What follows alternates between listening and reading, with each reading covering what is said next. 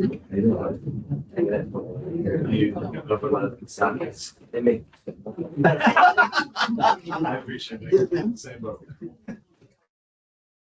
So, yeah, I mean, All right, ladies and gentlemen, we come to bring the meeting.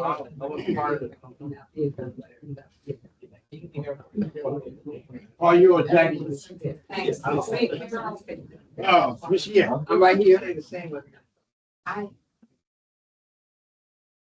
Right, good morning, everyone. We'll call the January 22nd, 2026 meeting to order. This meeting is a public meeting of the Philadelphia Board of Requirements being conducted in person in the board's conference room at the board's offices on the 16th floor of 210 Central. Pursuant to section 21-15 of the Philadelphia Code, electronic recordings of this meeting can be made through Microsoft Teams conference technology and by an audio recording. Electronic recording will be made available to the public online on the board's website without charge within 10 days. Please note that you can consent to such recording by attending, participating, or speaking at this meeting. Our first order of business today is a motion to adopt the rules that the board has approved and used for our in-person public meetings that are recorded. The purpose is to help ensure accurate and complete audio and audio-visual recordings occur to comply with our code requirements. The motion to adopt these procedures for today's meeting was made and properly seconded. Any discussion? Hearing none, to it for the roll. Brian? Tanya? Marcia? Approved. Karen? Andre? Approved. Willie? And approved. Motion carries unanimously. Item 2, the motion made and properly seconded to approve our meeting minutes from the December 2nd, 2025 meeting. Any discussion? Hearing none. Brian? Tanya? Approved. Sheila? Approved. Marcia? Approved. Sarah? Approved. Approved. Laura? Approved. Motion carries unanimously. Item 3, a motion is made and properly seconded to approve the consideration of 93 pension applications and 135 all applications. Hearing no discussion, go to the roll. Marcia, Sarah, Andrea, motion carries unanimously. That brings us to section 4 and case 4A. A motion to approve the service connected disability benefits for Diego Lopez Gonzalez was made and properly seconded. Any discussion on 4A? Brian? Denied. Tanya? Sheila? Marcia? Denied. Tara? Andrea? Willie? And Carol? No. Motion fails 0-8. 4B, a motion to approve the service connected disability benefits for Robin Torres was made and properly seconded. Any discussion on 4B? Brian? Denied. Tanya? Rashida? Marcia? Denied. Tara? Andrea? Willie? Denied. Motion failed 0-8. 4C, motion to approve service connected disability benefits for Carl Gooden was made and properly seconded. Any discussion on C? Brian? Denied. Tanya? Rashida? Marcia? Denied. Tara? Andrea?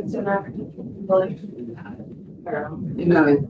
Motion fails 0-8. Case 4D, a motion to approve service connected disability benefits for Jamar Kennedy was made and properly seconded. Any discussion on D? Brian? Denied. Tanya? Denied. Marcia? Denied. Carol? Willie? Denied. Motion fails 0-8. 4E, a motion to approve the service connected disability benefits for Mario Gutierrez was made and properly seconded. Any discussion on E? Brian? Tanya? Rashida? Marcia? Approved. Sarah? Approved. Andrea? Approved. Willie? Approved. And Carol? Approved. Motion carries 7-1. For F, a motion to approve the service connected disability benefits for Robert Alfred was made and properly seconded. Any discussion on F? Brian? Denied. Tanya? Rashida? Marcia? Denied. Tara? On F. Thank you. Denied. Andrea, Will, and Carol. No. Motion fails 0-8. 4D, motion to approve the service connected disability benefits for girl and Estimos the third is made or properly seconded. Any discussion on 4G? Ryan? Deny. Rashida? Marshall? Deny. Carol? Lily? Deny. Motion fails 0-8. 4H, a motion to approve the service connected disability benefits for Christopher Bennett is made or properly seconded. Any discussion on H? And now Brian? Approved. Anya? Rashida? Marshall? Approved. Sarah? Andrea? Will? Approved. Carries unanimously. For I, a motion to approve the service connected disability benefits for Christopher Cosby was made and properly seconded. Any discussion on Brian? Deny. Anya? Rashida? Marshall? Deny. Tara? Andrea? Lily? Abstain. And Kara? On I. Deny. Motion fails 7-1 with one abstention. For J, a motion to approve the service connected disability benefits for Joseph Connor was made and properly seconded. Any discussion on J? Brian? Deny. Kyle? Rashida? Marshall? Deny. Tara? Anya? Will? Deny. And Carol? Deny. Motion fails 0-8. For K, a motion to approve the service connected disability benefits for Ezekiel Cortez was made and properly seconded. And discussion on K. Brian? Anya? Approved. Rashida? Marshall? Deny. Kara? Andrea? Approved. Carol? Motion carries 6-2. For L, a motion to approve the service connected disability benefits for James DeAngelo was made and properly seconded. Any discussion on L? Brian? Deny. Rashida? Marshall? Deny. Tonight. Andrea? Bill? Abstain. Carol? Deny. Motion fails 0-7 with one extension. For M, a motion to approve the service connected disability benefits for Oshia A. Edmonds was made and properly seconded. And discussion on M. Hearing that, Brian? Deny. Anya? Rashida? Marcia? Deny. Tara? Lily? Deny.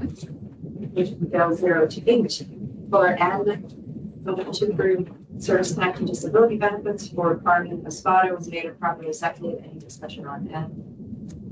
Brian? Deny. Anya? Rashida? Marcia? Deny. Lily? Carol? Deny. Motion fails 0-8. For O, a motion to approve the service connected disability benefit for Mason Hernandez was made and properly seconded. Any discussion on O? Brian? Approved. Anya? Marcia? Approved. Sarah? Yes. Andrew? Willie? Approved. Approved. Motion carries 6-2. For P, a motion to approve the service connected disability benefits for Robert Hopkins Jr. was made and properly seconded. Any discussion on P? Hearing none, and Brian? Approved. Tanya? Approved. Sheila? Approved. Marcia? Approved. Sarah? Approved. Lily? Approved. Carol? Approved. Motion carries unanimously. For Q, a motion to approve the service connected disability benefits for Judge Khan was made and properly seconded. Any discussion on Q? Brian? Deny. Tanya? Deny. Rashida? Deny. Marshall? Deny. Sarah? Andrew? Willie? Deny. Guy? Motion fails 0-8. For R, a motion to approve the service connected disability benefits for James G. Kidd the third is made and properly seconded. Any discussion on Just want to mention, initially, Dr. Cooper had two opinions on James Camp before he amended his report to me to do so. I'm not sure if Dr. Leslie had the opportunity to change his report also. To make that part of it. And I think it was unclear, but I mean, he did say that usually what he said was that he was saying that it may be possible that you can see it as due solely, but he doesn't go on to say in the second paragraph in the initial report that it was due solely, that was the report that was sent on. If we concern us that the other doctor noted that he relied on Dr. Cooper's written report. Which Dr. Cooper didn't change that due solely. He did say due solely in both. It just in the first version, he was unclear about that. He was saying that you could see an argument essentially that it might be considered due solely.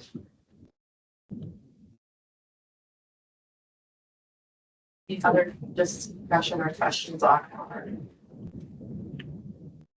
the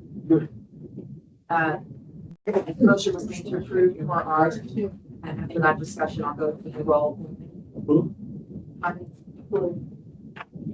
Sheila, Marcia, Tara, Andrea, Willie, and Approved. the motion carries 5-3. For S, a motion to approve certain tax disability benefits for those of both firms made and properly seconded and discussed on S. Brian, Denied.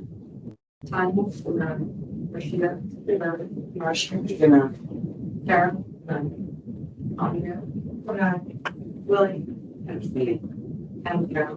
Denied. Motion fails 0-7 with one extension. For T, a motion to approve certain disability benefits for Toledo, Lindsay, and guidance made and properly seconded and discussion on T. Brian, Denied. Rashida, Marcia, Tara, Willie, Andrea. Thank you. And Carol. Denied. Motion fails 0-8. For you, the motion to approve certain disability benefits for Keith Marshall was made or properly seconded. Any discussion on board you? Brian, Approved. Anya, Rashida, Marcia, Tara, Willie, Carol. Approved. Motion carries 7-1. For B, the motion to approve certain disability benefits for David McDonald was made and properly seconded. Any discussion on the unit? Brian, Denied. Rashida, Marcia, Denied. Tara,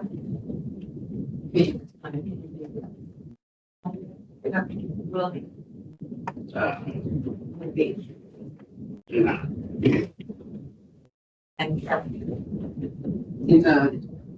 Motion fails 0-8. Case 4W, a motion to approve certain disability benefits for Robert Netzner was made and properly seconded. Any discussion for W? Brian, Approved. Rashida, Marcia, Denied. Tara, Andrea, Willie, Approved. Carol. Approved. Motion carries 5-3. Case 4X, a motion to approve certain disability benefits for Donald Murdoch Springer was made and properly seconded. Any discussion on X? Willie, This is another case of a SWAT officer serving a warrant, shot in the chest, although he shot in the back. Still experiencing traumatic experience. One doctor was accepting, so yeah, they said no. I just think that we can take this information, this guy, and it's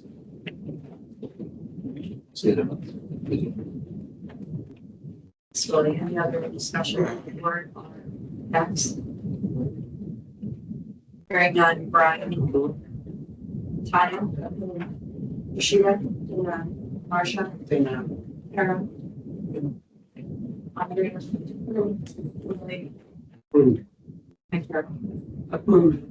Motion carries 6-2. For case 4Y, motion to approve the service tax disability benefits for Philip S. Mascanero was made and properly seconded. Any discussion on case 4Y? Brian? Deny. Tanya? Denied. Regina? Denied. Marcia? Deny. Sarah?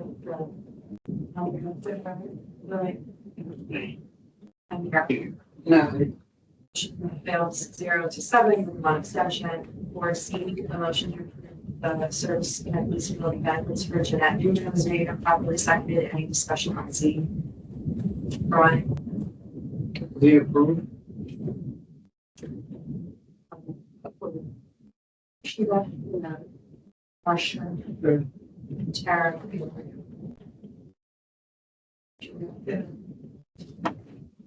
Lily? Approved. Motion carried 6-2. For double A, the motion to approve the source and disability benefits for Luis Rivero made and properly seconded. Any discussion around the case double A? Hearing none. Brian? Double A. Double A. Okay, approved. Okay, fine. Sheila? Marcia? Approved.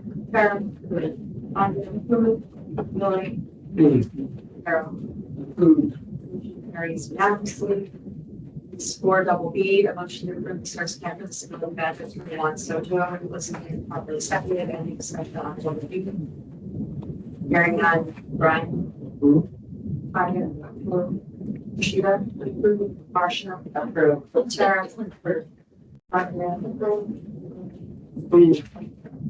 Motion carries unanimously. Case 4 double C, motion to approve the source campus disability benefits for Garrett Stroud, made and properly seconded. Any discussion on double C?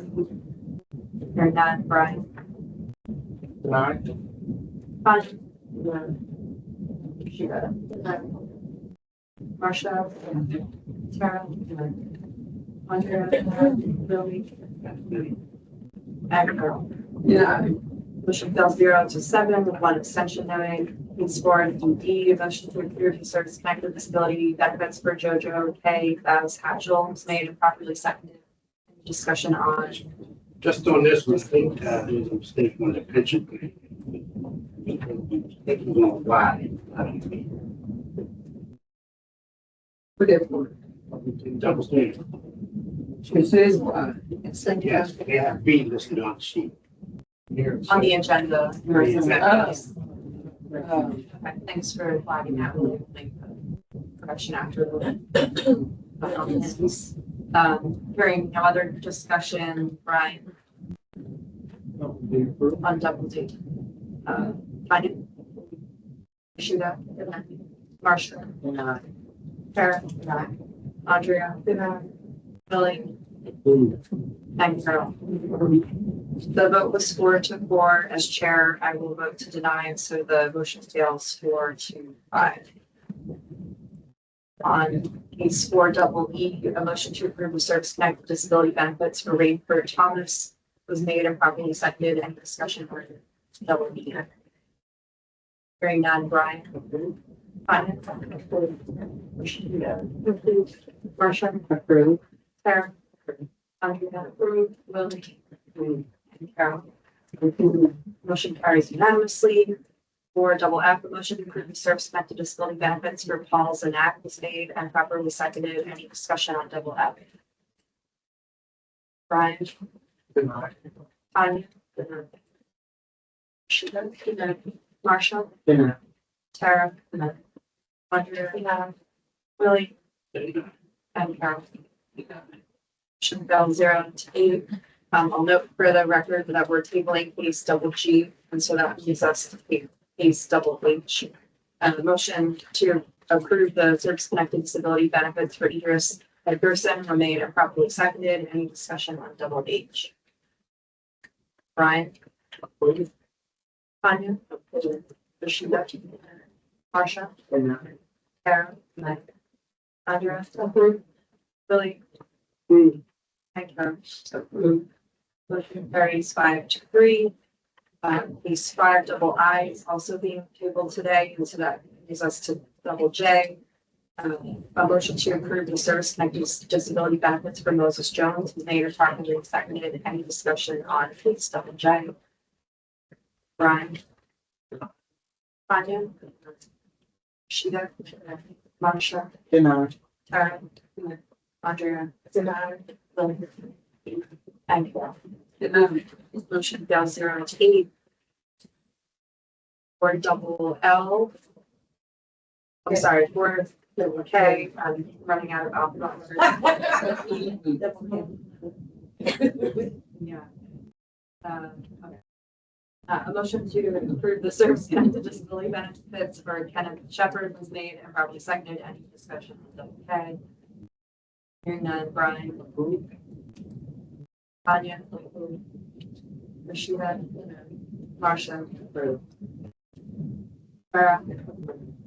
Andrea? Will? And Carol? Motion carries 7-1. And for double L, a motion to approve the service connected disability benefits for Lester Woodard was made and properly seconded. Any discussion on double L? Brian? Denied. Sheila? Marcia? Denied. Tara? Andrea? Willie? And Carol? Motion fails 0-8. That moves us to section 5. Means 5A, a motion to approve the application for service connected disability benefits beyond the 1-year deadline for Celine Burr was made and properly seconded. Any discussion on case 5A? Hearing none. Brian? Tanya? Rashida? Marcia? Tara? Andrea? Willie? And Carol? Motion carries unanimously. Section 6A, an application for service-connected death and healthcare benefit regarding Craig Paisley on behalf of Patricia Paisley was made and properly seconded. Any discussion on 6A? Clarify, this is for the medical benefits only, right, not the financial benefit. Thank you. Last. That's her, that's the incentive, yes, but we're getting out. Take that, little, also get It's ordinary pension, ordinary death pension, not applying for the financial service connected death benefit.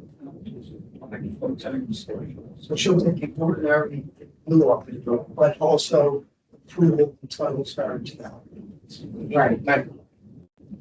Oh, yeah, that would be, yeah, that, yeah. I thought, And that's her strategy. Right. Purposes. But yes, she like that.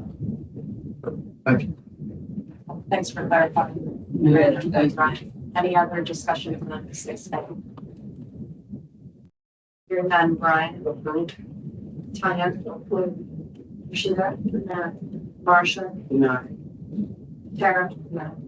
Andrea? Willie? And motion carries 5-3. Moves us to old business section 7, case 7A, an application, motion to approve the application for service connected disability benefits for Orlando Cleveland was made and properly seconded. Any discussion on 7A? Brian? Sheila? Marcia? Tara? Andrea? Willie? And Carol? Motion carries 7-1. 7B, an application for service connected, motion to approve the application for service connected disability benefits for Dennis Baker is made and properly seconded. Any discussion on 7B? Brian? Tanya? Rashida? Marcia? Andrea? Willie? And motion carries 7-1. 7C, an application, motion to approve the application for service connected disability benefits for Edward Bozniak. Third was made and properly seconded. Any discussion on 7C? Hearing none. Brian?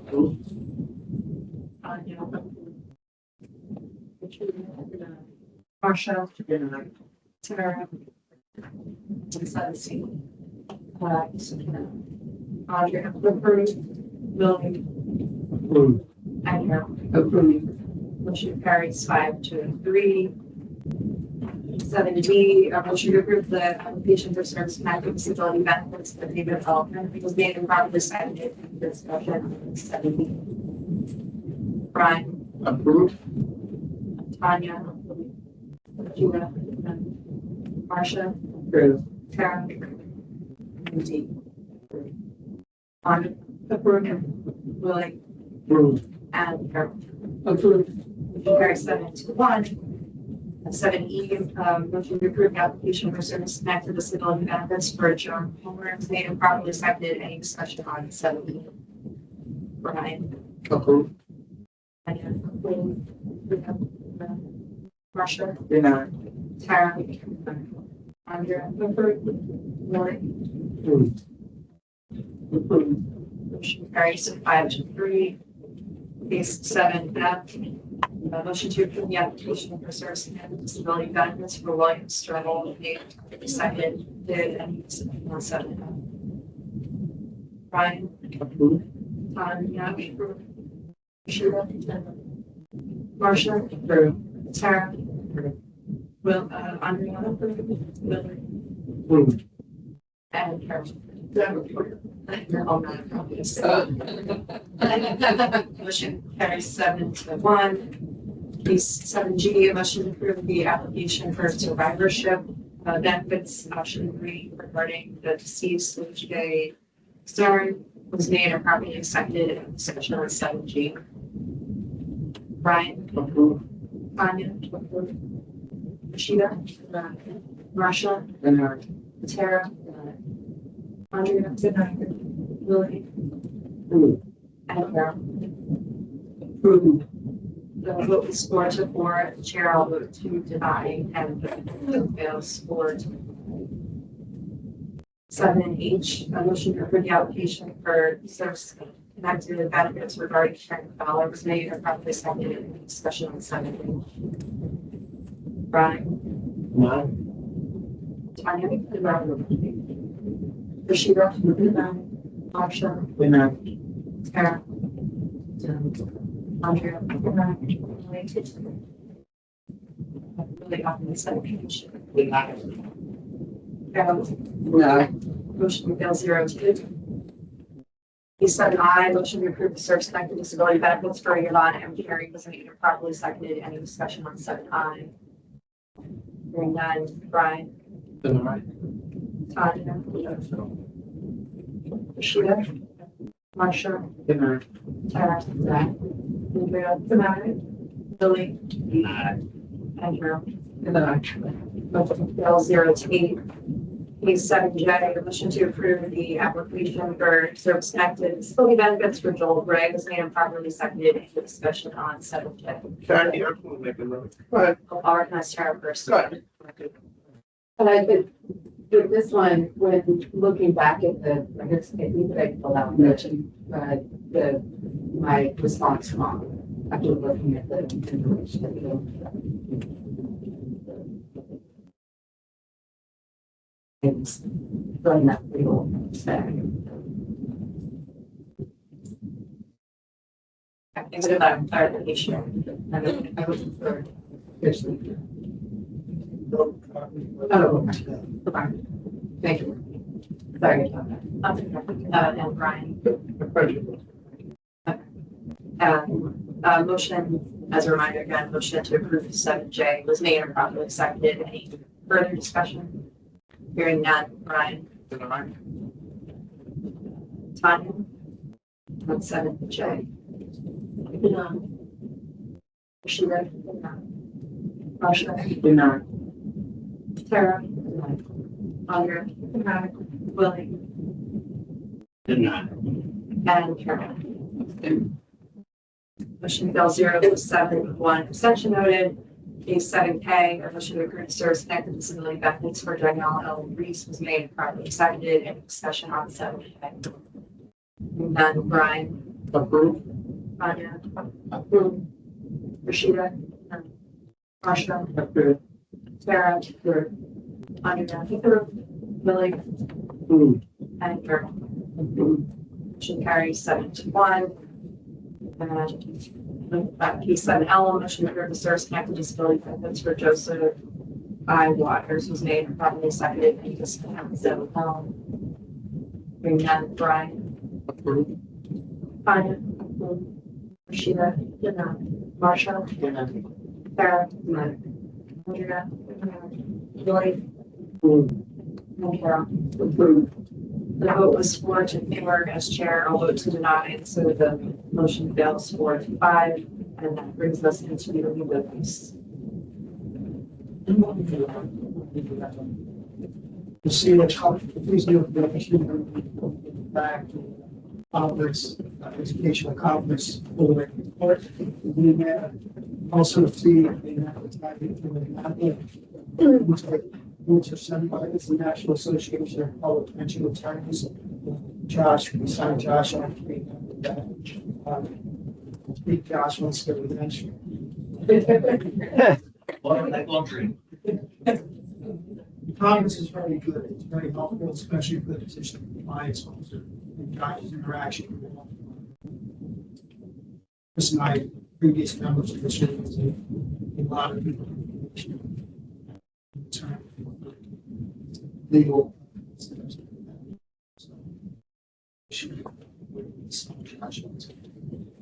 I'll make the motion, Josh, with that. So can we make the motion for anybody individual? No, you have to be a member. I see it. The law department will not be up to The law department not a member? So anybody else, anybody else? Yeah. To be broad motion. Yes, can be more in the motion. In case there's some, Was Josh the only? Awesome.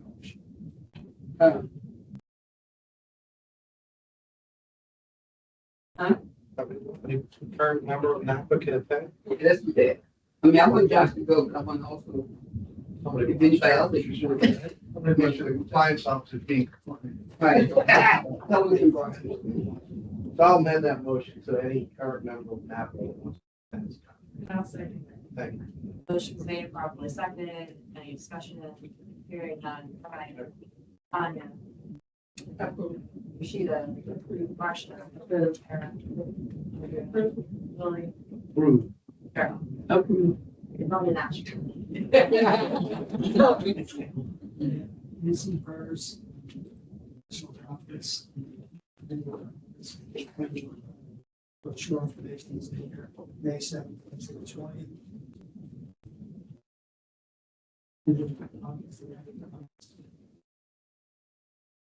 Once it's for that, also one other papers. The paper is papers meeting in the spring forum, May 27th, 28th. Be sure of comparison. We think that now afterwards, also, that February 13th, there's a deadline if anyone wants to make a presentation of papers. I think give us some presentation, maybe Brian, want to make a maybe a good idea for maybe Brian or who was Carol recommended to make a presentation concerning the progress of the health of the what it's done to get where it is, so on, so, you know, we can submit that topic and see if they include it. It's spring form, so, Take our show on the road. yeah. It's all about that. It is exactly a good opportunity. These two conferences, there's no issue. And see guys. No, sure. If you look, this is for to attend the conference. We'll discuss. Presentation. Otherwise, Any trustee or staff that wants to attend then the and CFERS and would pay for the conference. Probably seconded in discussion. Cover all day, all in favor. Any opposed? Motion carries unanimously. Did you bring it up? Did you put the papers down? Yes. And CFERS. I did. I think it's. Right, you know, that's Sorry, right. email. Right there, if you want. Oh, thank you. Thank you. The, One other comment on the NAPA, Chris from the law department is here, if a member of the law department would be clear, if they want to be a member of NAPA, they can come to me. If they can be comfortable with instructions to their work. Adam used to be my, but no one has requested that since then. May not know. Let us know this. Is that something that, the solicitor has to put for? No, we would pay, we would pay for that, so you just have to let us know. I mean, I would not approve someone who doesn't have to mention, but obviously someone who has to mention, it's a good idea. So, You heard me, you can compliance. it could be an issue. The executive director, a couple of things. The annual actuarial presentation takes place at the next board meeting in February. In addition to that presentation, there is a PAF this year. We took a good returns over the last several years. There is a PAF, which is a pension adjustment fund. It's a periodic adjustment to people's pensions that meet certain criteria. That presentation will also be given by the actuary in February. We would thank that meeting that board on the criteria to what proportion they would receive. There's been a criteria that's been used for several years. We want to get that to you, the actuary will find it. And once we stick that criteria, people who retire at least 10 years. We get paid based on years of credit, so once 10 years retired. So we'll look at that. So, I'm reading my picture. So it's gonna be a PAF presentation. That's correct. So it's gonna be a two-fold. One is gonna determine the 10-year, the old requirement, and the other one is gonna give us a new update to make it. Now, the board can continue to follow the criteria that's been in place. Okay, That's your. okay, but the other one's gonna show what. It's going, the actuarial presentation. Right. You won't want to do actuarial presentation.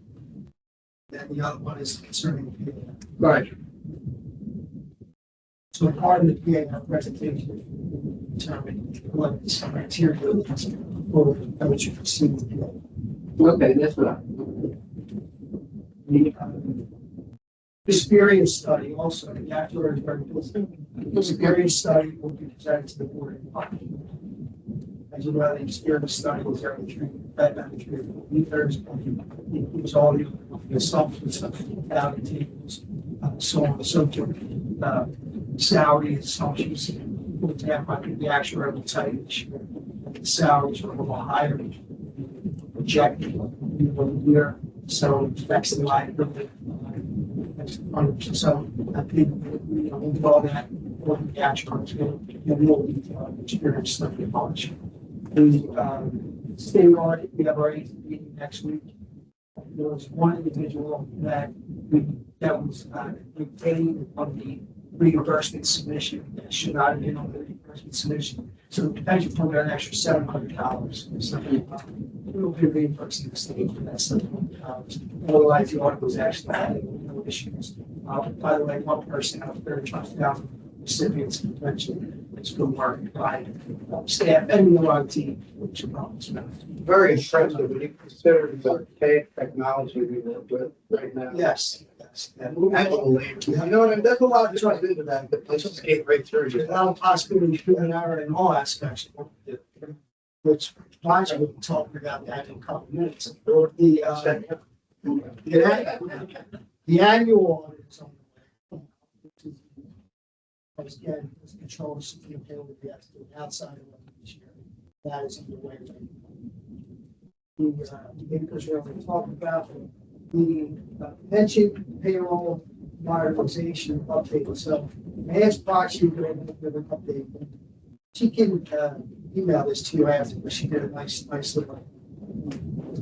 Boxy, why don't you tell us where we are, where we're going, and talk a little bit about the work. Okay. So, this is a part of my property. interest team at YD has been working together.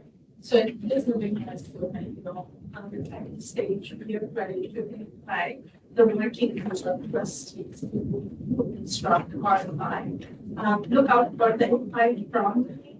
So I'm going to send you a full system of students who can do it. And once we all the department, this will be ready to go out and post. Raji, can you provide a reminder of who you work with? Absolutely.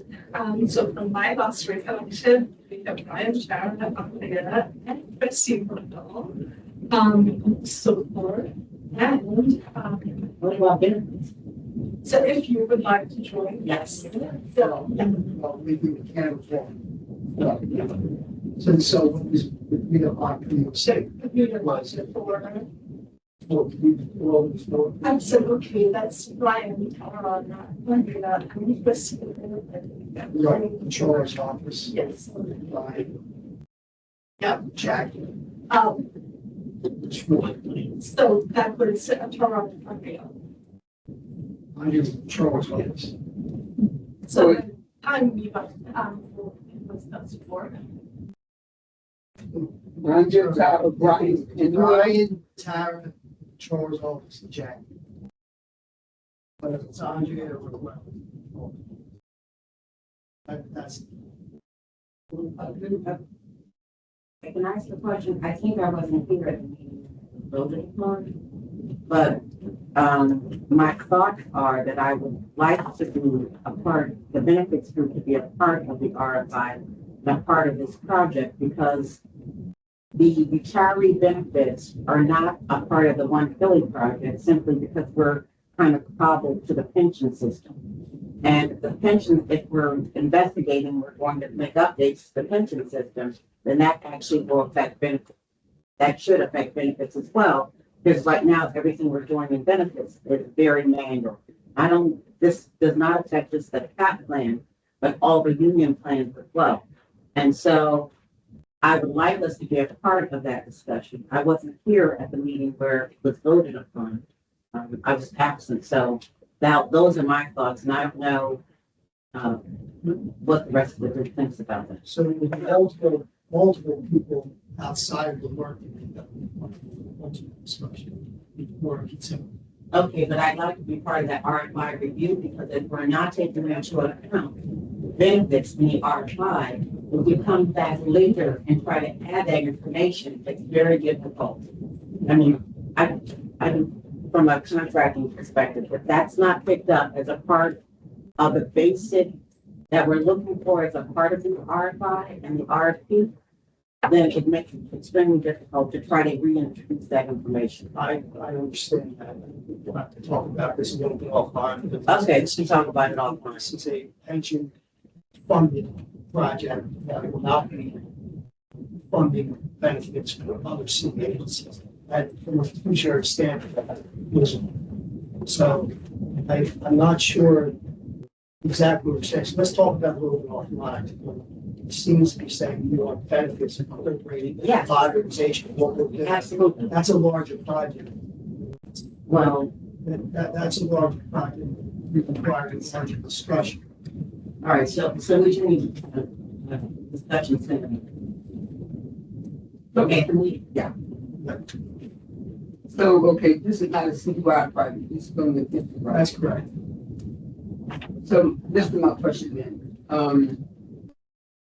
And Jack Nixon is the chair of the board and not as a trustee, and then that would leave the trustee position open, and we won't have a quorum. That's just, I'm asking, what you say? Students five, students four. One way or another, Jackie. Huh? One way or another, she's a board member, so attending would create a sunshine issue. I know she's a board member, but so is the controller, and so is the solicitor. Yes, So the one time I had the discussion was, you had to ask them in what position are they sitting at the table?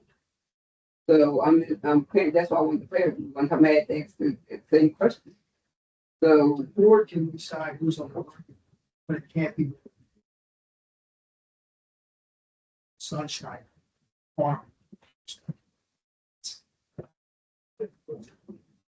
And then the city need to check a few dollars and hold another, because what's gonna happen is, eventually, the health side is gonna get impacted, and our members are gonna be hurt at the end when we. So it should be done at one time, but you're right, Brandon, this is a discussion for another Yeah, time. if that's So, been Marcia and Brandon to talk. yeah, that's, we can do, Offline. okay. Okay, thank you. Yeah, we're doing, substance updates from the project. So there are a couple more items. Actually, we've been working on the business process documentation. Finance PMO has been very actively supporting us. This process is again, very important process going into all the other. So right now, what we discussed is RFI, which is request for education. So we are requesting all the solution vendors who can really serve the requirements that we have to come and to host their product. The next step is procurement process. So we have to prepare for procurement process when RFI is taken place. So business process documentation and the detailed requirements can be 1,000, 2,000 requirements going into RFP that we are looking at. So at this point in time, we have started documenting those detailed requirements to the vital processes going into our RFP, which eventually will work on. The great word by the teams there, both sides, the pensions and by team. But now I'll wait for going back to Ron Tran to set up the. Any other new business to report? See if any, no updates on litigation summary. And then a motion to adjourn is made and seconded. We will 10-minute break before we start the vote.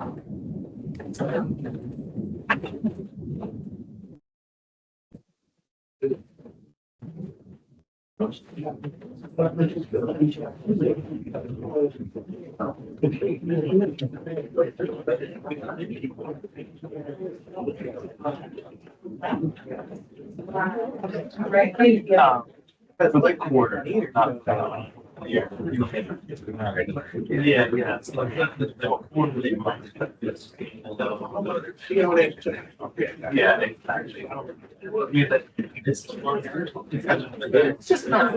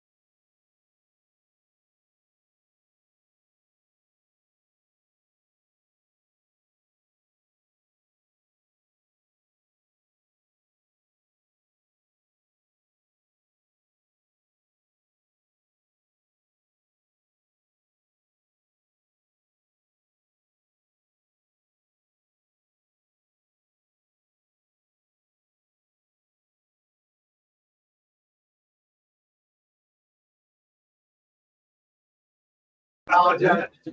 I'd like to call this for a comment. Then item one is approval of minutes from December 7th. There a motion? So moved. Been, moved properly seconded. All those in favor? Any opposed? Any abstentions? Motion carries. Thank you very much. And then two, for comment of Morning, everyone. morning.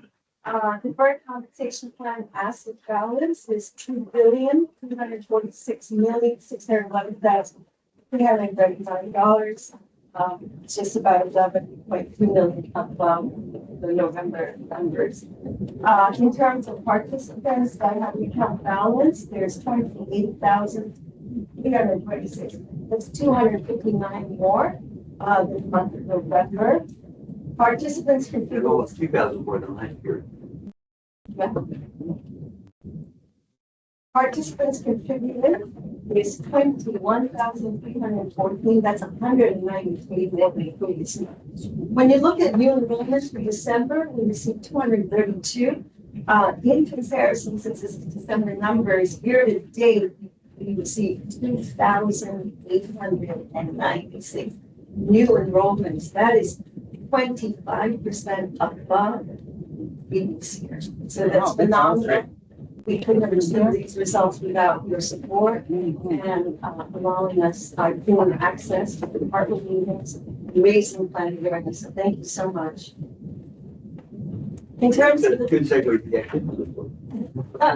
401, so like 401 plan participants, it's the plan asset is around $7,396,430. Plan participants 2,084. Previously, you had asked us to provide of those that have a 401 account balance, how many do not have a 457? The number is 15. And we'll continue to update this based on the information we have. Did you target those 15s to? To enroll in the plan? Yeah. So I did share with staff the 15 individuals that were identified. The one thing we do not have is the salary levels. So if we have the salary levels, then we can identify if they're going to get a match. But in addition to that, we still need to have to these individuals. But in terms of the city match, that's something that the city will have to. So we can have that information. We're going through and determining how many are actually eligible. That's You know, of course, Peter makes a good point. If we're out in the 457 earlier, we didn't do that. I mean, it's automatic. this previous conversations, that question, I think, understand. Yes. I want to make sure we reached out directly to his phone number. That's absolutely right. It's how it works. Nationwide will do that. We're just going through and just. So. There's 15 people that are eligible but not participating. We don't know if they're eligible, they just do not have a deferred compensation plan account. So one thing we've done is share the information with staff. They'll let us know, but in addition, we will continue to reach out to all individuals, raising awareness of, don't wait till your salary reaches 65,000. It's a trigger, make sure it's you enrolled in the compensation plan. So when your salary hits that number for the match, it's automatically done. A few things that we are working with staff on is we've done a customized flyer showing folks the match, start early, compounding value and the match. So they have a graph chart, they have an assessment of the compounding value. So this is something that staff is really. There's two flyers. And Beat is exactly right. One is concerning exactly what you just said. But there's also one which is a multi-page flyer, which is retirement readiness. Something brought up before, retirement readiness. I read through it. It's multiple things that you would think of. You contemplate at the time. It's very, very good. So we had a review the other day. He's basically ready, right? So that way, he's in the board for consideration of distribution. If the 15 is, it's not going to be zero. You got the 15 is good because at least it's not identifiable. Mine says they can be targeted either way, whether it's Pro 57 or if they want salary based on it. Chris, what's the difference between the 15 and the 3,000 number that you used?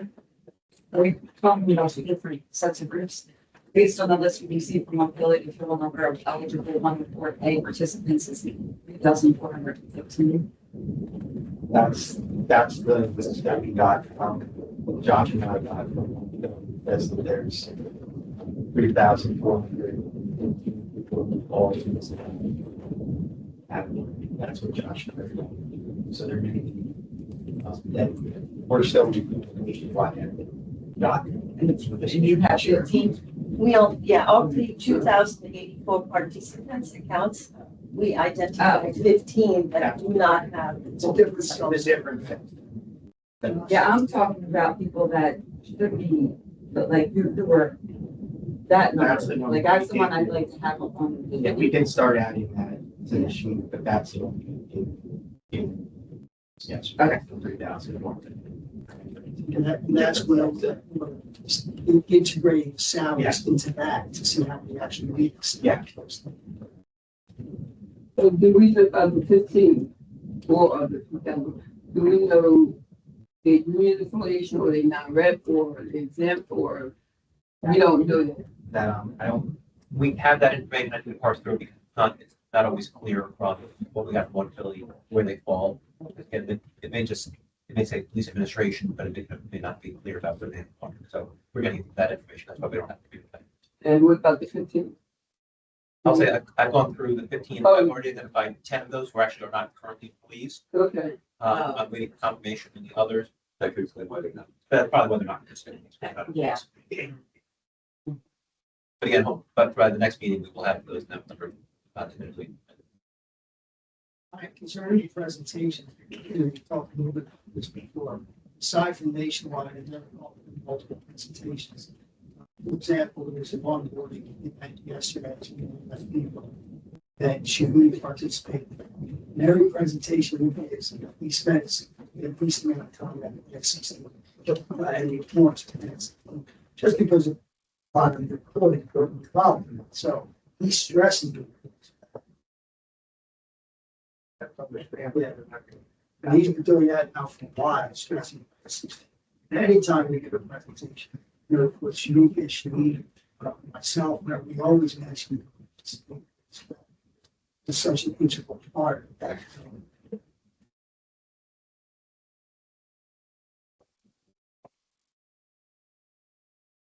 Philadelphia Parking Authority, 692 participants, 14 new enrollments, so that was really good in the month of December.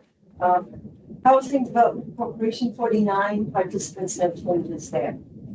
When you look at the Roth after-tax balance, it's $136,937,743, 2.6% increase from the month of November. Participants continue to increase contributions there.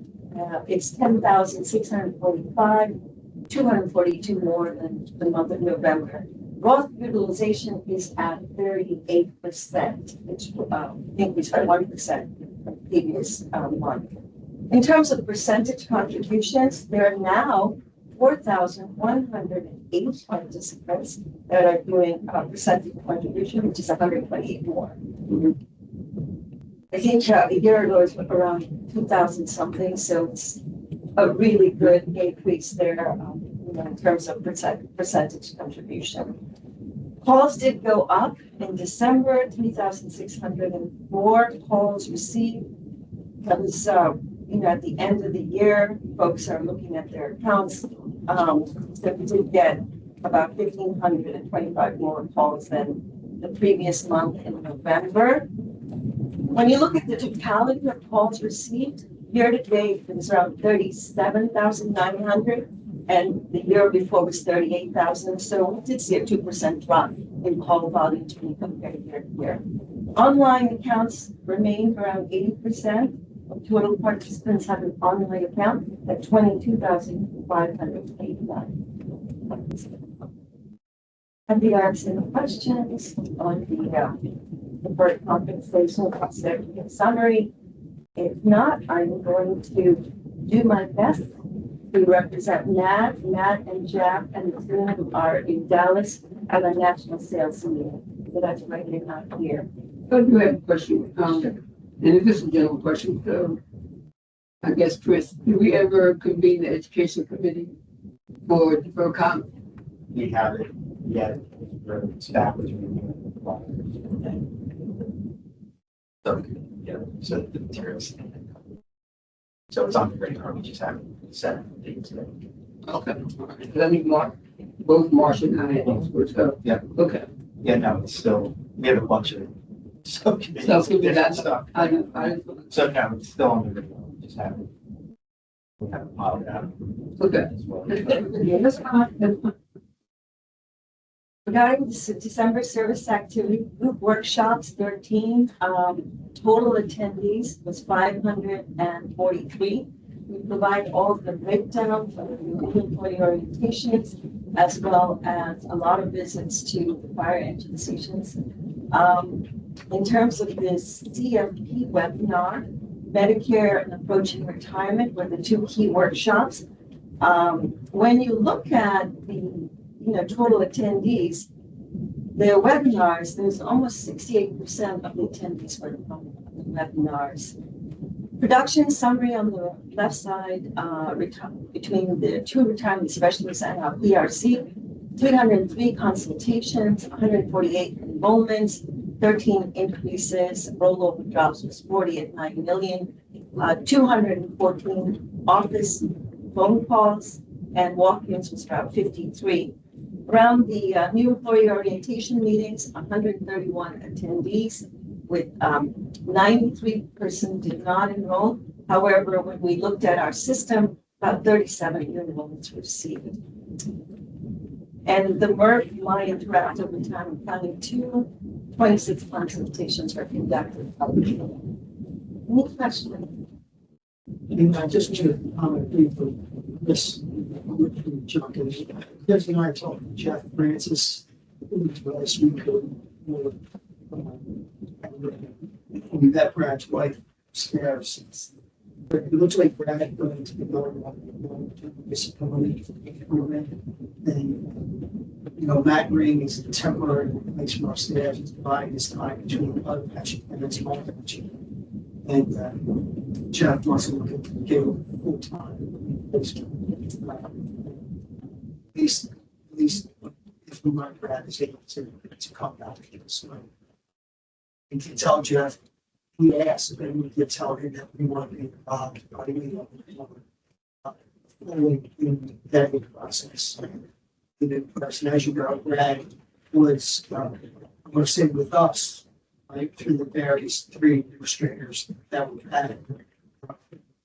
Even though he was nationwide employee, ICMA, but Great Western employee, he came with package, right? Part of the package for so not happy with the difficult, not a personal level, especially the service you got outstanding, right? So Matt's doing a nice job to help replace level service ground, right? So we do want to be involved in that process. I think there's a couple of members of the board who want to be involved in that also. Well, that'd be nice one to, since you either drew the long straw or the short straw, not getting Dallas, you're here today. So I just wanted to make sure, Jeff would have deep communication. Just wanted to make sure all the board members were aware of what's going on. And I like the for that possibility story. Yeah, so you did a good job on it. That's why. You looking for that reason or? Oh, no, I haven't. What control, sort of involved in it? All right, so now, Joe, right, John, Marcia? All right. Now, I should remember his names. Thanks, everybody.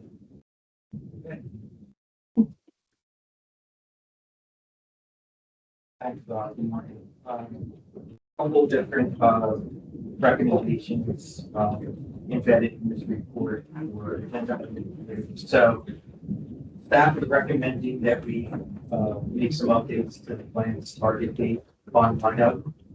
As you know, the board utilized and, target return suite of vehicles. We're recommending first adding the 2070 fund that was designed for younger participants and those with a longer rising until retirement. As the city continues to add new employees, some of whom are obviously going to be younger, we don't believe that the current target line extends far enough in the future to capture all those folks. So you can see on page 2 of the staff report, they have higher equity allocation, longer investment horizons.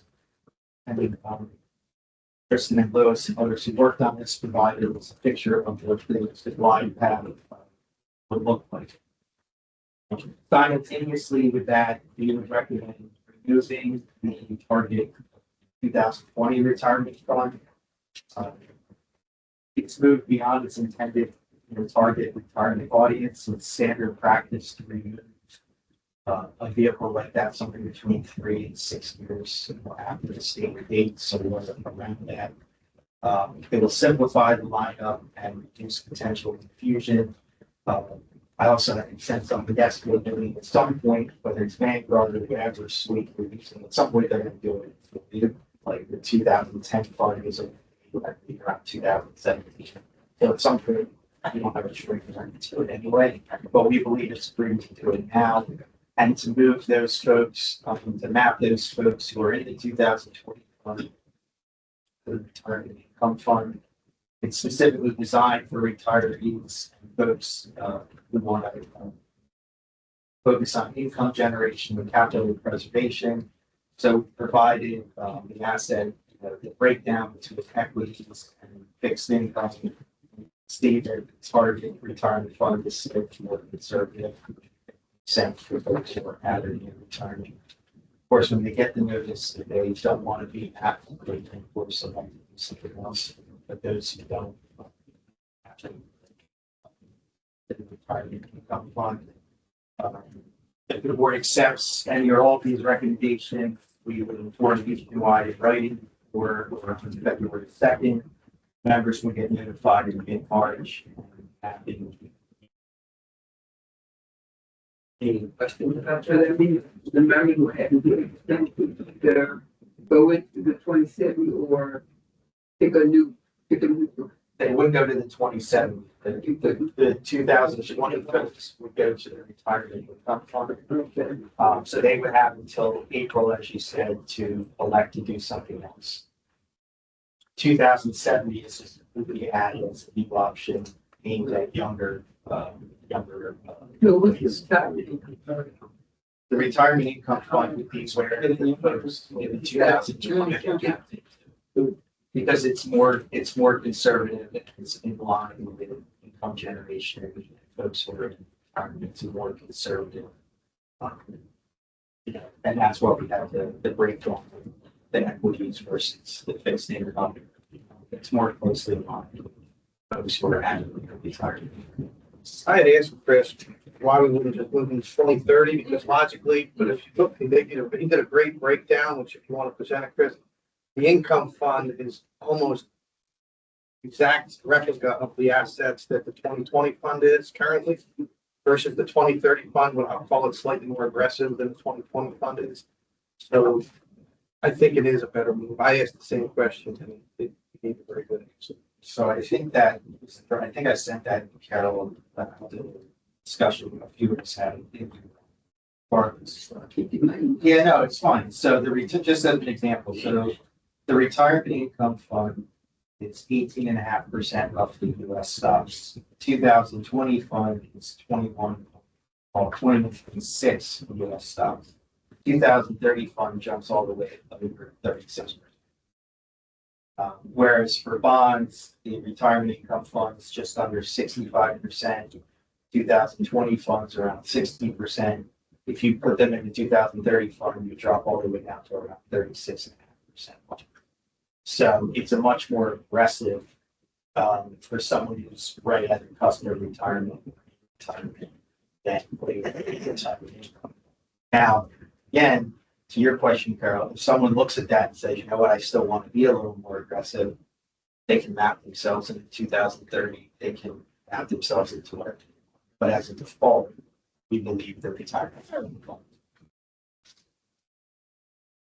All right, so I'm just like, wanna make sure, like, when we send a letter out, that's in it, we tell them that they have until in March 30th, if I'm saying, Whatever. to make a choice, otherwise they're gonna default to the retirement.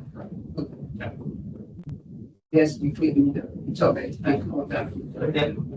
Yeah. Yeah. I have a bit of a general question. This might be the actual. But has there been any analysis of the change in the average age of these workers, is any employees, below the years of survey? There are multiple demographic changes in the actual report. I can send you electronic.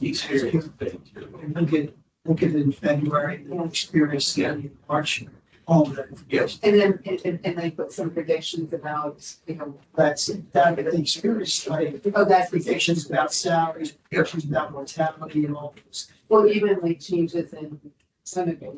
Yes. That's what I mean, yeah, oh, absolutely. But I'm just kind of curious. All the components that we provide. Yeah, it's gonna be a bit hard to bring up, but that's the other thing. I thought that. Alpha, You can see all that.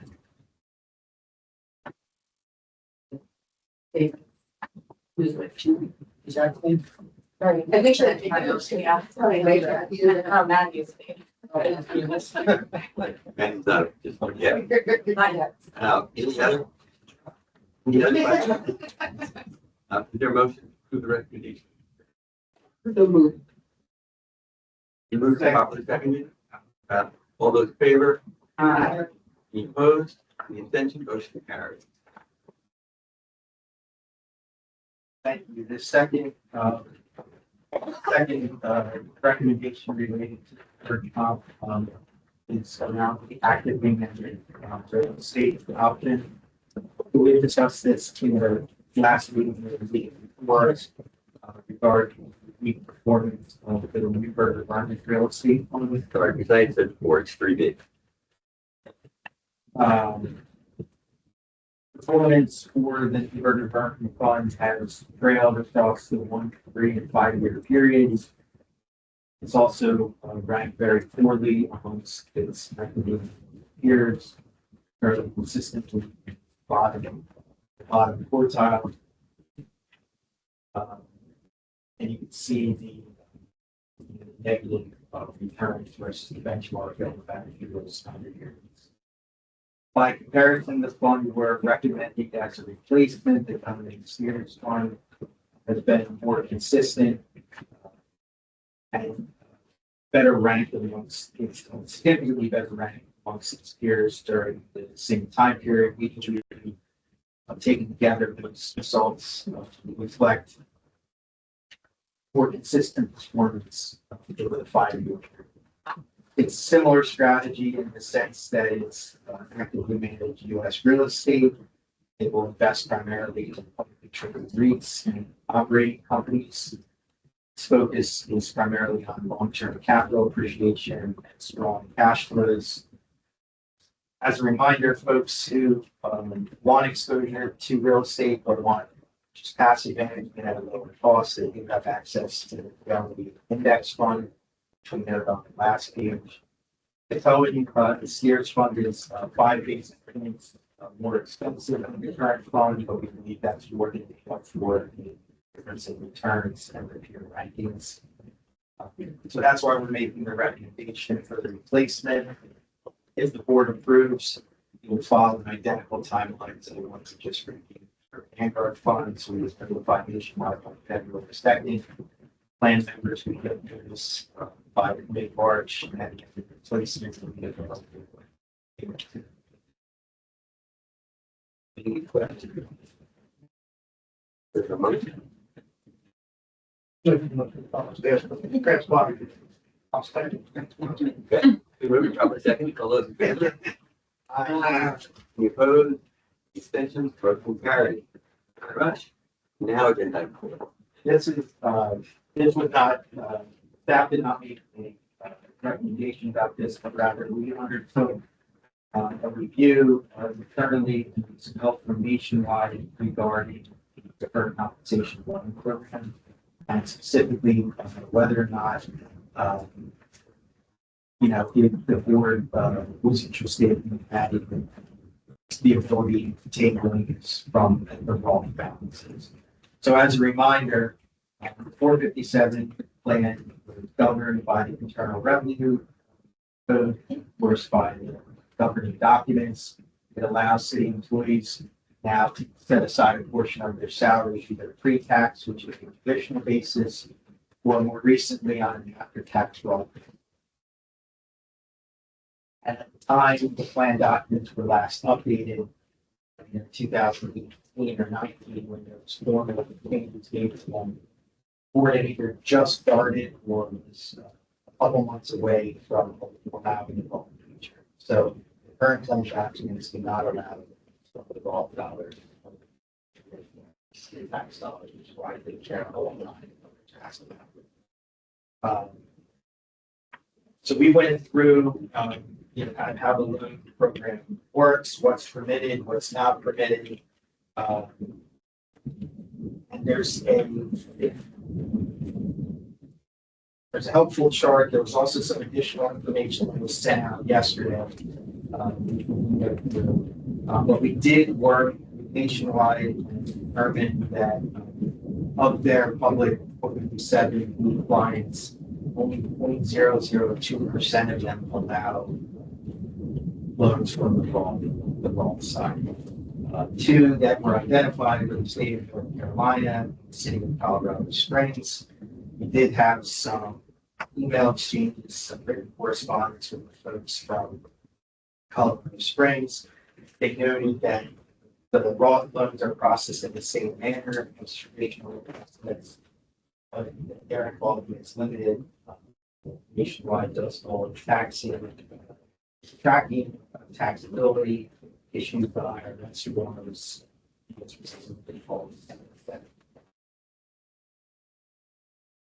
One of the things, and we certainly speak to this issue regarding information.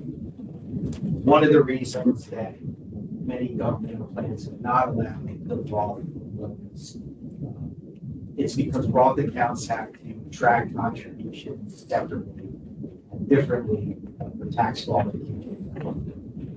There's different qualified distribution rules.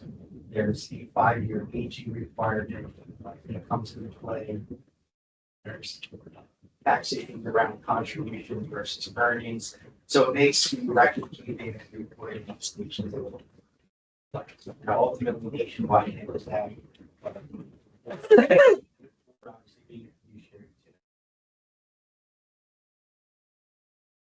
Being proper. Regardless of what the board decides to do, if the board were to decide at some point to allow loans to raw accounts, we do recommend that we work closely with Nationwide to ensure the members know the advantages and disadvantages of using loans when it comes to simple from the law.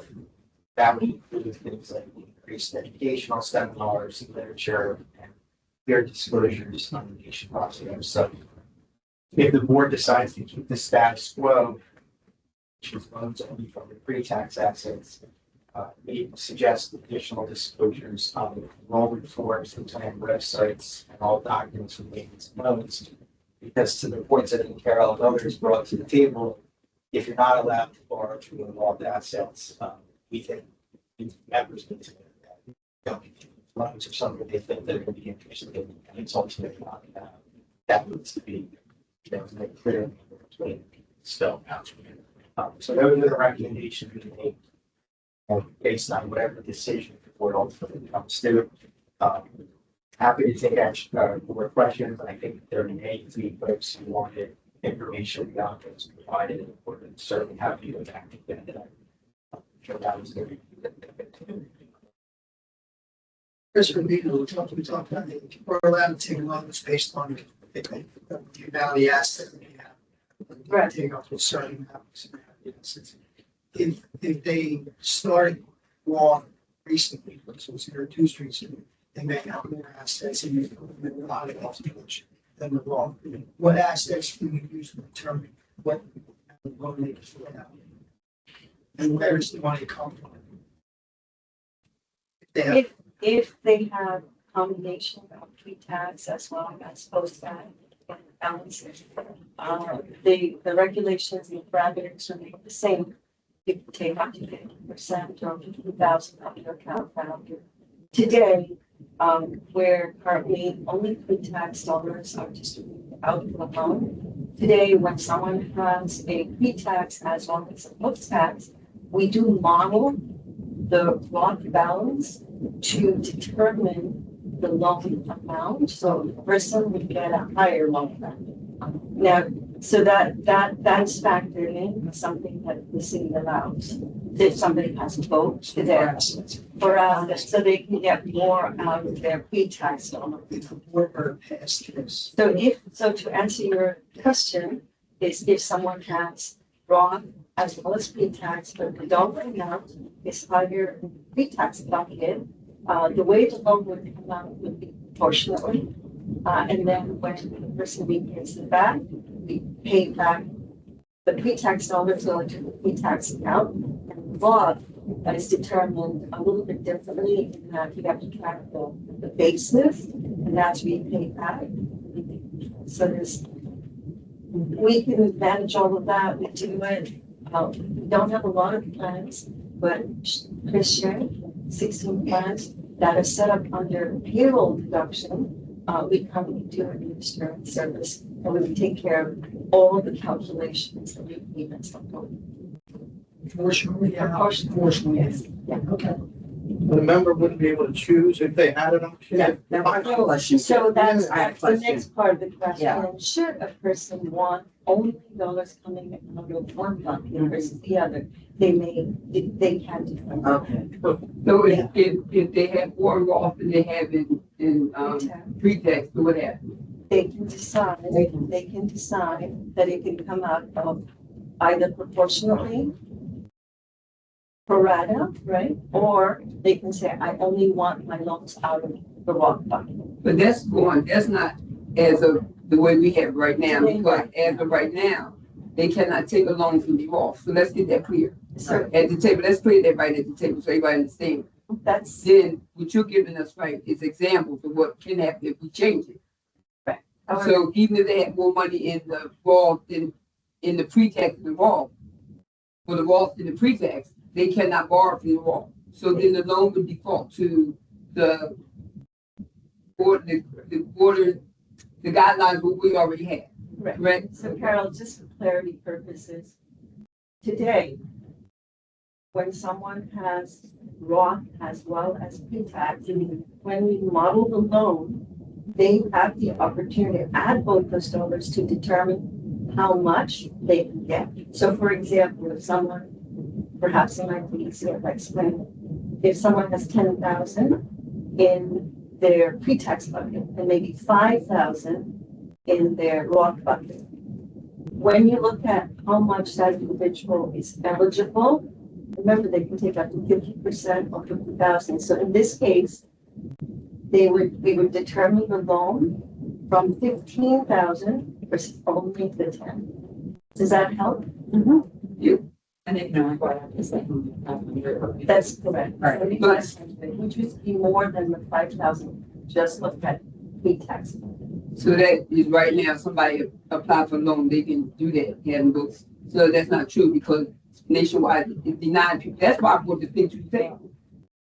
So I just want to know that. She's saying that. She's saying currently that's what we don't have set up, but this is a possibility based upon. So today, the If we Roth, decide that. The raw balance is That's not what factored you're into the No. loan modeling. Right. However, when someone takes money out from the loan, it's only gonna come out of the pre-tax. Exactly, so Okay. I'm saying exactly, so no, that's not what you're saying, what she's saying is different thing. So let me say on track, Okay. what I'm saying, Right. so my thing is that even though they had both, they only can get Oh, the yes. balance of, Yes, Yes. yes. That's what she's saying today. Yes. The money that's being borrowed is only being taken out of the additional. yes. And So they have more money in their vault, they can't get the loan. That's correct. But the That's- value of the amount that they can take out is factored in if they have it. So, okay, now I understand all that, but I'm telling you that's not what's happening. Oh. So they're telling members with the vault, period, they cannot get the loan. That's why I brought it to the If they table. don't have a traditional bucket to pull from. Either way, is with either way. So it's either way. So they have more money in the vault. The pre-tax is not giving them what they need. So then they can't get the loans. Because most of the money is in the vault. Now do you understand? Yeah. Okay. Uh-huh. Yes. Okay. so if it's 10,000 Roth, 5,000 traditional, 50% is 7,500, and they can only borrow up to 5. They can take out the full five. Right. Just the full 5, Just the but full 5. the amount that's In the pre. Right. Pre-tax, only out of pre-tax. Right. Dollars are factored. If the dollars are less, then certainly that's the maximum. And if it was opposite, if it was 10,000 traditional, 5,000 Roth, then they could do the full 7,500. Right. That is, But if they have only vault, they can't do it at all. no, guys. Correct. Right. They Currently, can't, they can't do it at all. And so the case is when we asked to create the wall program, we didn't realize that was the situation. So we didn't realize that people couldn't borrow off the wall. So I guess my question, Bob, is when we go through it. Because if we are encouraging members to buy into the wall, should we allow them access? Comment on that, because when I read through, it's a very nicely written report, the advantages and disadvantages. And at the risk of sounding rude, all the disadvantages seem to lie on the provider. The risk, the tracking error, the potential for problems. I know you report to the board, but I expect the provider to be able to do that. So if that's the risk, that's the reason we shouldn't do it. And I would even argue one of your disadvantages would become an advantage in a Roth situation, because the first one is you get taxed twice. In a Roth, you wouldn't be taxed twice. I would argue, I hate loans from deferred comp. I don't condone them. If members are going to do it, I think for that reason alone, the Roth would be a better option. You're not being taxed twice because you're paying back in after-tax loan with after-tax dollars. That would actually flip to an advantage. So everything I read is the risk lies with the third-party administrator and the tracking. Is that fair? I don't know why so few offer it. That was concerning to me. It's the only thing that's concerning. Well, that's with Nationwide, so we don't know if other providers that provide 457 plans or, companies out there, what other jurisdictions they have and what that percentage of companies, Right. We're just looking at Nationwide. We're just looking at Nationwide, so it could be something. So we just looking Relatively at, low. we just looking at the plans that Nationwide covers Yes. on the whole, right? It was a decent sample But size. that's what we It's said. not a small sample size.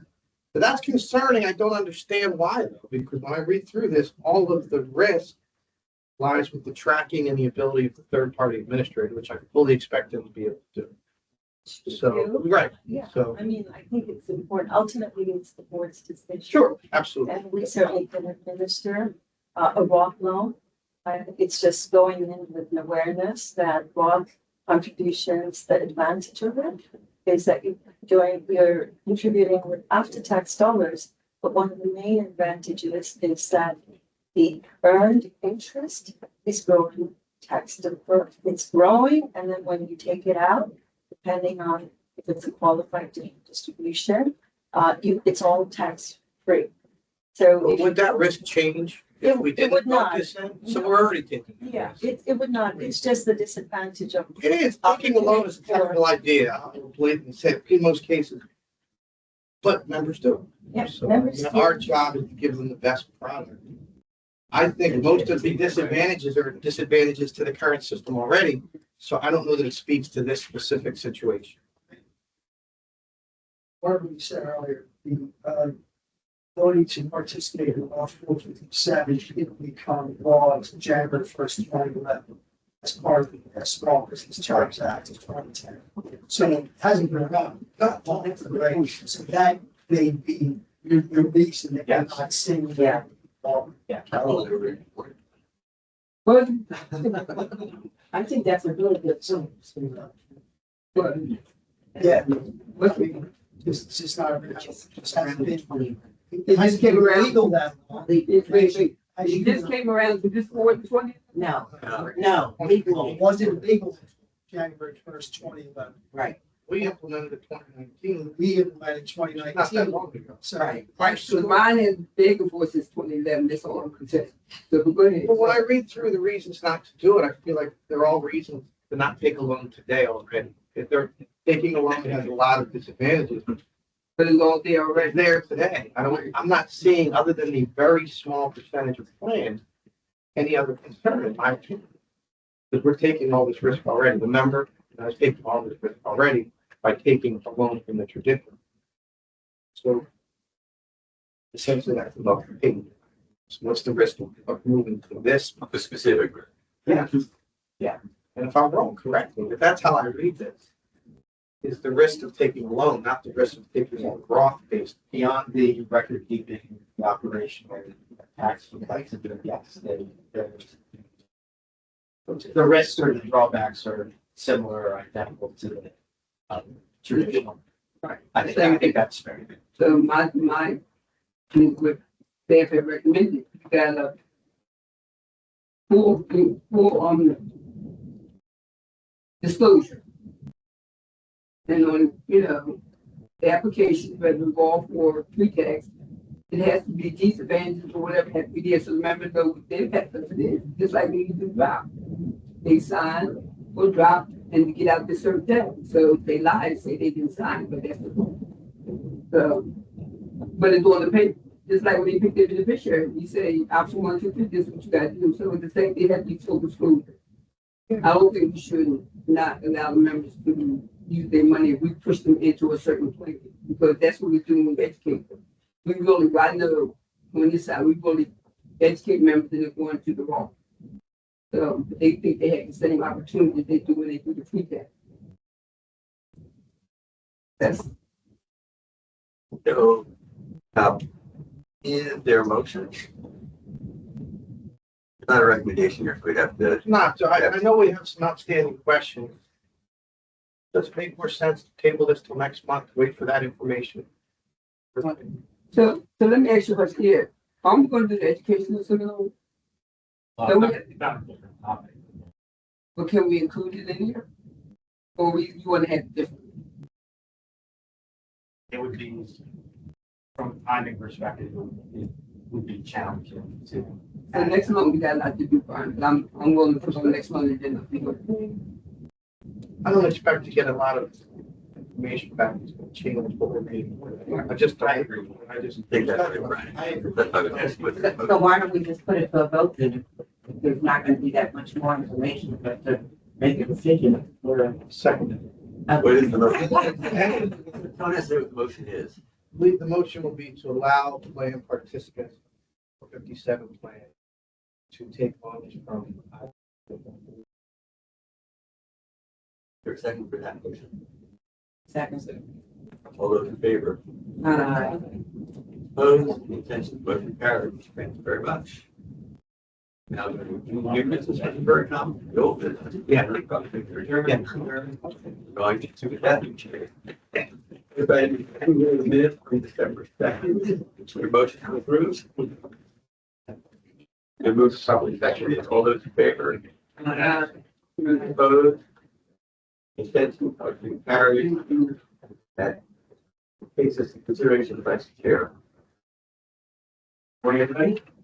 Morning. We have here again. In front of your book, you should have the relevant section from the exam before entrance retirement. You don't have that. You don't have additional copies.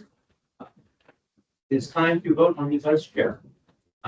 All we need is for a council to make a nomination and for 5 people to vote to approve that nomination and we'll have a vice chair. Is there a motion? I would like to nominate my friend, or my mentor, longest serving elected trustee on the board, Carol Stutz.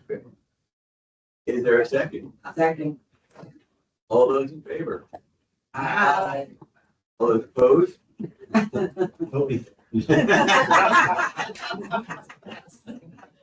Any abstentions? Motion carries. Congratulations, Carol. And thank you all so very much. Thank you, everybody, for the support. Thank you. People.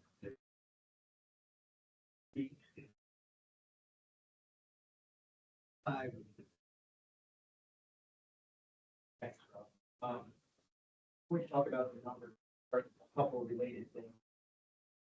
So the Marquette Health, staff's review, Crystal among others.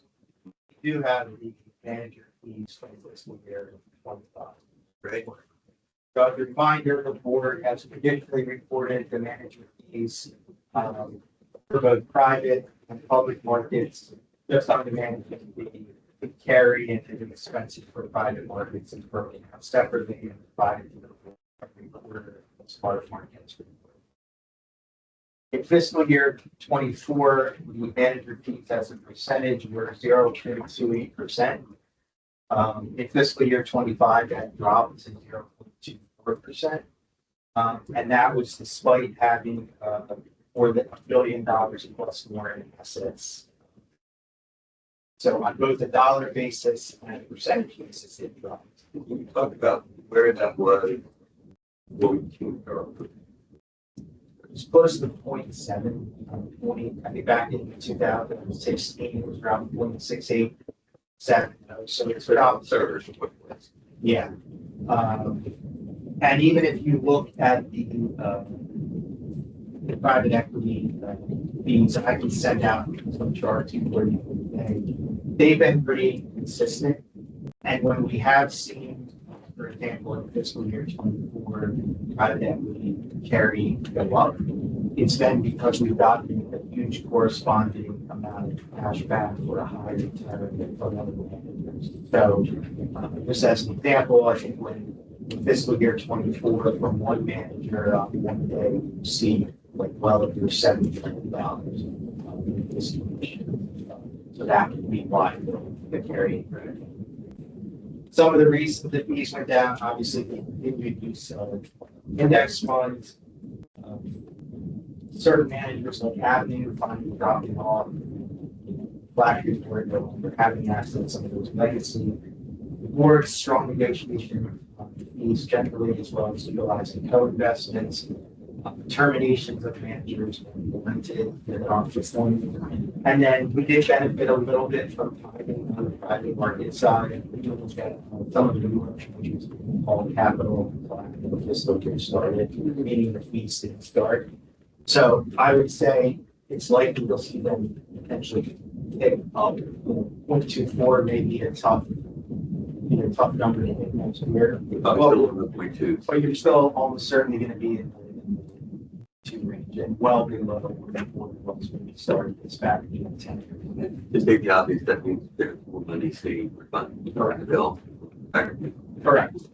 And even just looking at those traditional management fees, to see a lower dollar, forget the percentage, just to see an actual dollar that's slightly lower than that 1,000. It speaks to the work the board's done on negotiating fees. Chris, you comment on the assets, but the assets back in the brought went back to the fees one, which of course gets it zero.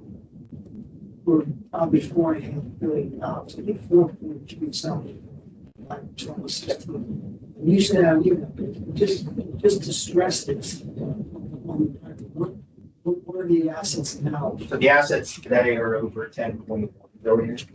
And at the time we did the manager fees for fiscal year 25, that was based on about 1.6 billion. Which to your point, friends, overkill in either case where the assets are retained.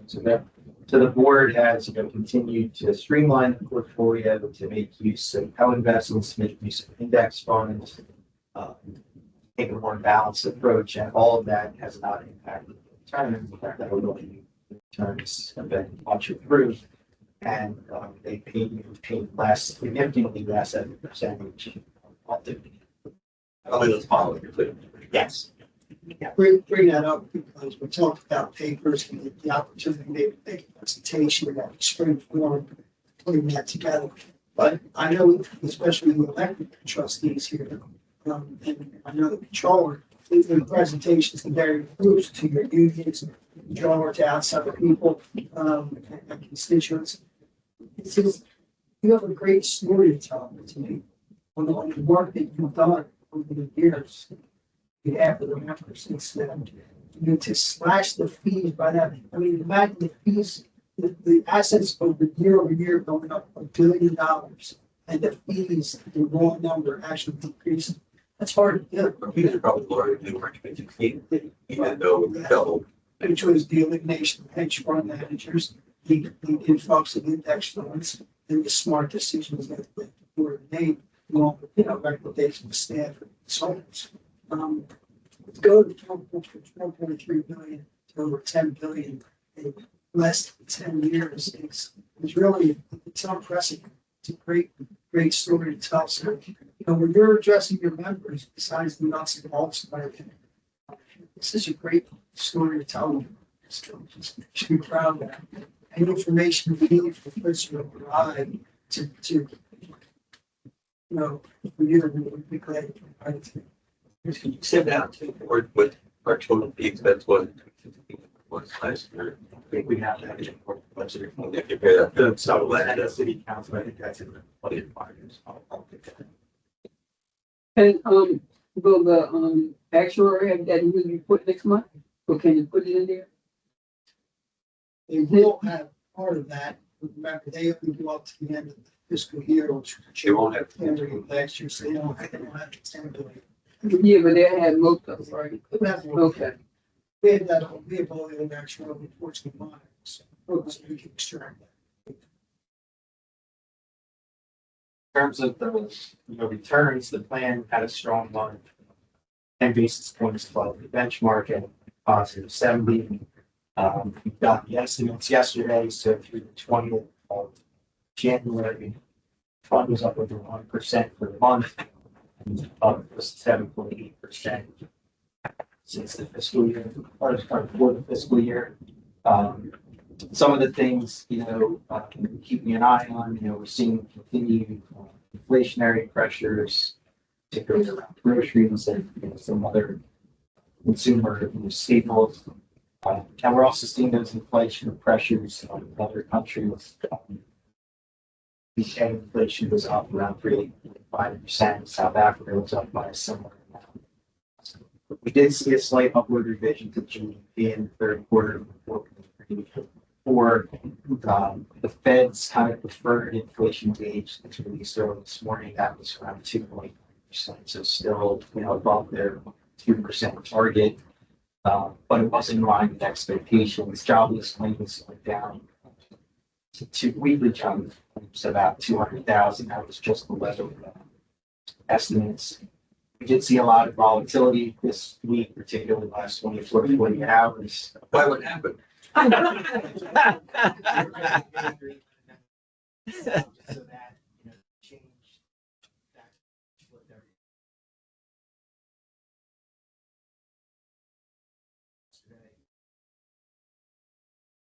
Still don't have.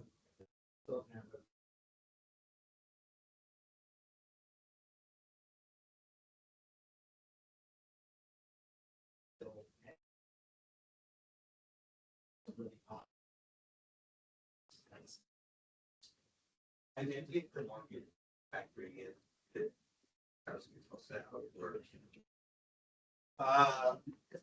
I think so, but where there might be some miscalculation about that, in my opinion, is that I think, if I remember the word right, is that Justice Alito kind of foreshadowed this, a lot of the tariffs are being put back to rather than based on other authority. Yes. Now, some of those, I believe, can only be done temporarily, so some of the same tariffs can be put in place, but I think there's like 180 limit on them, so have to buy it once. There's also the issue, Justice Barrett, which the speculation now is that the rule being one of two.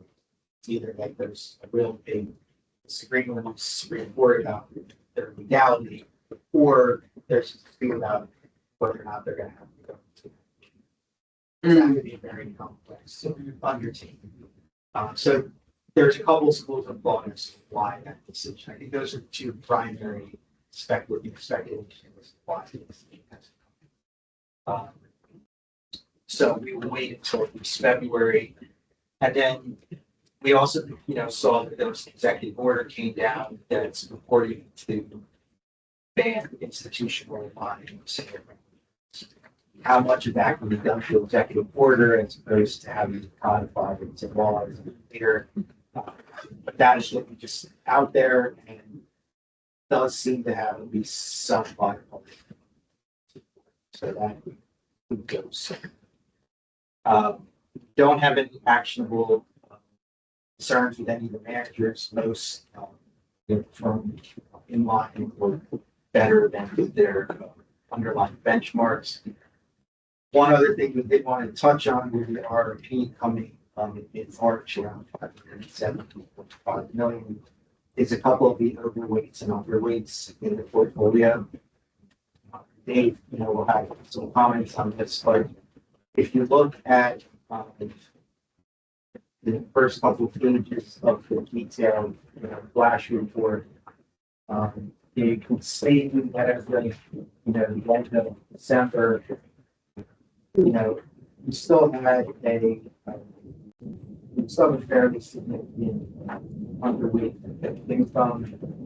And then the biggest overweights are in US and international equities. The US usually in particular is around 5%. It's kind of, I would say, getting to the upper, the outer reaches, but the policy target and staff and Marquette, are thinking that it could be a good time, in conjunction with the RRP coming in, or think about trimming that. The U.S. equity has gotten fairly significant. The money's perhaps going to cash or short duration fixed income. When you had some discussion recently, I talked perhaps your thoughts from the market. Yeah, thanks, Chris. I would just echo those comments. I mean, our preference is to remain bound by the board investment policy with discipline and allocate some of that RRP money to intermediate fixed income limited sensitivity points, limited sensitivity to credit issues. We have seen an increase in overall public equity in the US is up 5% over the target, 9 plus 2.5%. Part of that is attributable to underweight to private markets, but it would be reasonable to trade that back over the day, maybe to have slightly action. You have specific. Yeah, I mean, we will memorialize that in paper, but generally allocation to intermediate fixed income managers overweight to cash and trade slightly from equities. The index funds primarily investment average. How much are you using? Well, I would say so the 570 million in RRP was around 5.7% of the portfolio. I think we would weight that to intermediate with a portion going to cash, and we'll put some numbers on this. And even with that influx, we'll have to see it. And there still may be a possibility that issues won't draw down. Is this till March 14th? Yeah, I mean, that's about 8 8 weeks. If something happened in the interim that made us think that we need to take action sooner, we can follow the IPS, we reach out to the chair, we reach out to the vice chair, talk to the trustees. But, and if we felt that we needed to take action sooner, we felt, 30 days, we could always have it. So, February, but if something happened that made us think we switch, we speak to folks for the IPS offline. What's the RFP? Are we doing The RRP, RFP? Oh, that's that's the the money from money. the 500. It's going to be approximately 5, 7. That's the one promise. 2 months over November. Any questions? You. And it's the last couple of items, the securities lending, worth of 270,000 for the launch, just over 2.1 million for the year, 57.45 when it started. Local and diverse AUM on a combined basis, just over 63%. Diverse and female managers, 52.77. Philadelphia and surrounding counties, just over 12%. And that's the board meeting, I think they're scheduled for February 26th, August 26th, and April 20th. Any questions about that? New business or old business?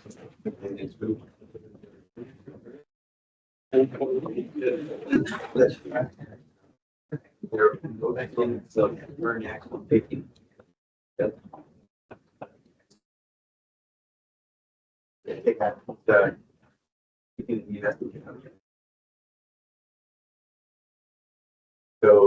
they're open. Yeah. No. Do we cover taking it all in favor? Aye. Opposed, motion carried. Full business. Very much.